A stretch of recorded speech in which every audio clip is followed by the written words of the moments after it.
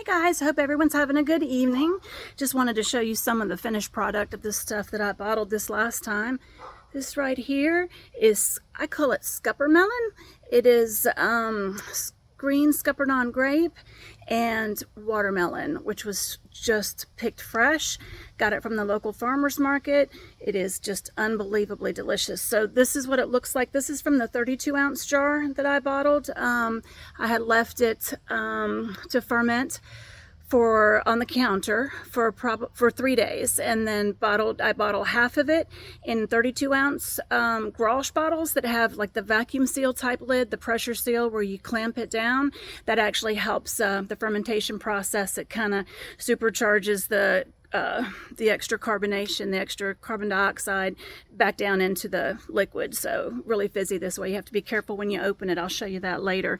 And then when I use this, these are 12-ounce like craft beer bottles. And so I just label them ScupperMelon, and then the date 9/9/2024 is when that was bottled, and it's just now ready today. So these, when you open them, best to put them in the refrigerator for a couple hours first.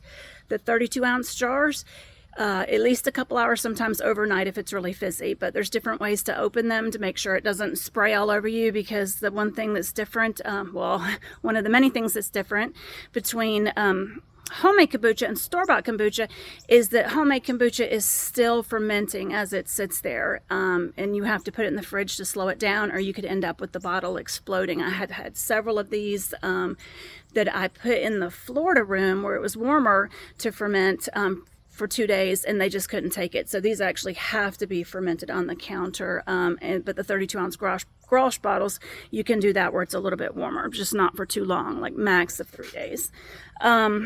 So anyway, you make kombucha with a SCOBY. I just wanted to give you a little more information about that. That's called a symbiotic colony of bacteria in yeast. And so it's where the bacteria eats the yeast eat the sugar, the added sugar, and the tannins from the tea, and it all becomes a symbiotic colony of growing, thriving, healthy bacteria. So the thing about kombucha, kefir, and kimchi, which are all a fermented line of kombucha, is fruit and tea. Well, it doesn't have to be fruit, but tea. Kefir is milk. It's fermented milk, which I think originated in the Caucasus Mountains many years ago.